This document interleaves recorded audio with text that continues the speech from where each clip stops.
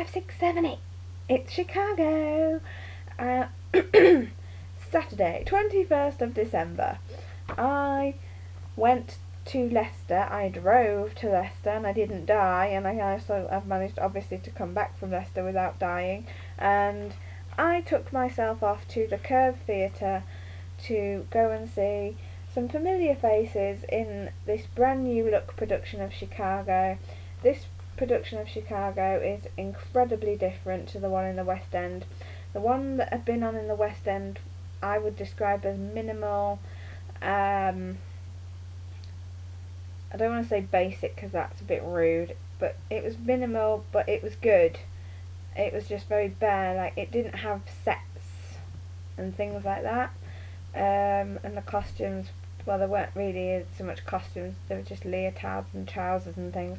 But it was, I did go and see that version in London, so I'm going to get a glass of water.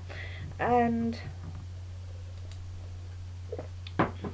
I saw Ruthie Henshaw as Roxy. It wasn't the first when it first opened. It was only a few years ago, before it closed. I got to see Ruthie as Roxy again, and I was really excited about that. And I enjoyed it, but I felt like there could have been more to it. Anyway, this production at the Curve is so different, and it's so fantastic and so brilliant. Like, I don't even know where to start. Let's talk about the set. Yeah, there's a lot more set in this production. You know, the set. There's like set pieces that come down, pieces that come on and off. It's got all the proper like traditional kind of musical theatre set pieces, kind of. I don't know what I'm on about, but you know what I mean. There's just loads of set basically compared to what there was in the London version. There's loads more set. The costumes. I'm going to be honest, when the show first started and in the opening number, all that jazz, I was like this, because I expected the female costumes to be quite raunchy. I wasn't expecting the male costumes to be quite so.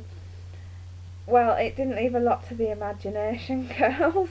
And also in the song in the second half, Me and My Baby, with the male ensemble again, I was kind of like, I can't believe I'm seeing this.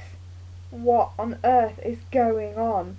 And I don't want to spoil it because I think people need to go and see it. There hasn't been a lot of buzz since the reviews came out about it, but I think it's awesome.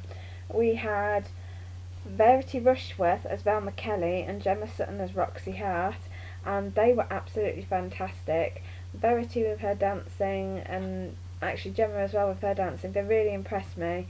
Verity's got an awesome voice. I would have said she was more suited to Roxy Hart, but as Velma she's really good. She's got that sass and that bolshiness about her, and she's really funny in like a dry way. She was really good. And Gemma Sutton, she's got this whole vulnerability thing, but then tough as boots exterior, like she changes so much, and you see her develop throughout the show. Johnny Godbold was Fred Casely. He's the guy that Roxy shoots.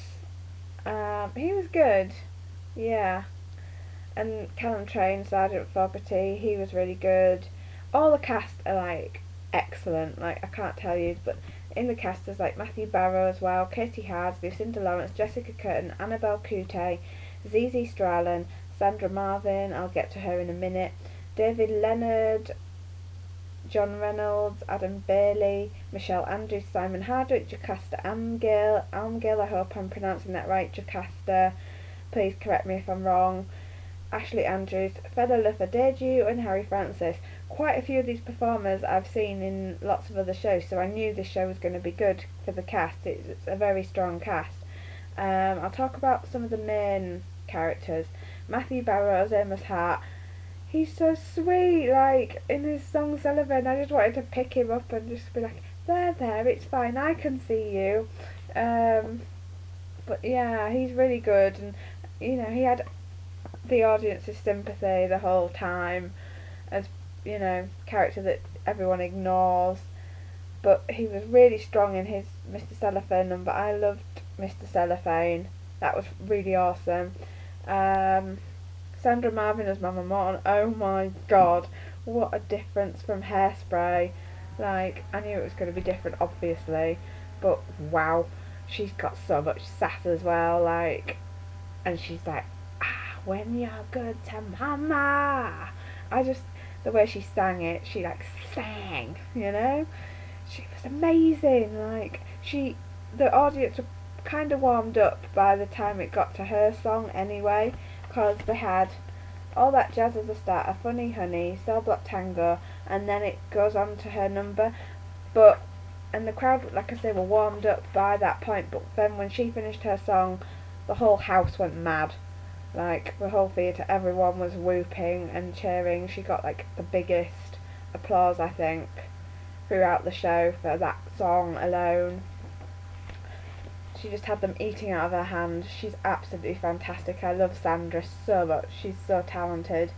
We had David Leonard as Billy Flynn. Apparently he's played Miss Trunchbull in Matilda. I hadn't seen him in that. And I quite liked him as Billy Flynn. He had the sleaze factor and the I don't care about you, I'm just after your $5,000. Yeah, nicely nasty kind of thing, you know, it was good. And who else did we have? Oh, is that it for Leeds? Yeah. But other people that stood out for me were Simon Hardwick stood out for me. He played the doctor who announces like Roxy's pregnant kind of thing. All the girls stood out for me as well. Like in the Cell Block Tango, I loved all of them. Like the way they delivered their lines and all the different accents. I just loved it all. It was brilliant, and the costumes as well. Like I said, the costumes are so different. And in like Razzle Dazzle, they've got like a bit of a they really have got like a circus act going on with like wires and I don't want to spoil it too much. Seriously, people need to go and see this show and experience it because it is so different to the London production. I know it split people down the middle, and some people who've seen both, they're either like, oh, I didn't like that, it was terrible, I much prefer the London version. But I'm one of those people, I think I preferred it to the London version. And I would definitely be happy to see this in the West End, this version. But yeah, a lot of the ensemble stood out for me. Harry Francis, he's in this, which was my main reason for going. But also, there's people I've seen before, like Fela Lufadeja, who's my Sunderland Sea Region Hairspray earlier this year. Ashley Andrews, I've seen him in a few things. Jocasta Armgale, she was in the same cast of Hairspray as Fela. Simon Hardwick and Katie Hards I know from A Chorus Line, and it was great seeing Katie again. She does pop in Cell Block Tango and she's really good. John Reynolds, I've seen him in Legally Blonde. Jessica Curtin, I've seen her in Love Never Dies. Yeah, loads of people I've seen in things, and I don't know what more I can say. It's just so different, and my eyes were like, whoa, popping out of my eyeballs, basically. It's such a spectacle, and it's really good. And as well, when you step into the auditorium, the first 3 rows, they have they pop a set they made. They have like these 1920 style lamps hanging, and they come up when the show starts, and then they come down for the interval, and they play music in the auditorium, like 1920 style music, followed by like police car sirens going off. So it proper brings you into the world of Chicago. And I loved that. They did something similar when I went to go see Lift at the Soho Theatre with like the noises of the underground.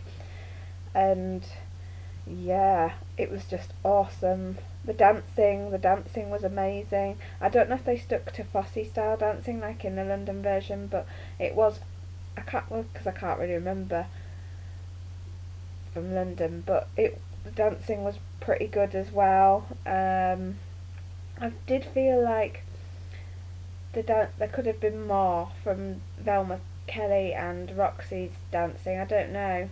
I was expecting more of a spectacle with that, like when Velma's showing off her routine, I could sort of see what Roxy mean when she goes to it, you know.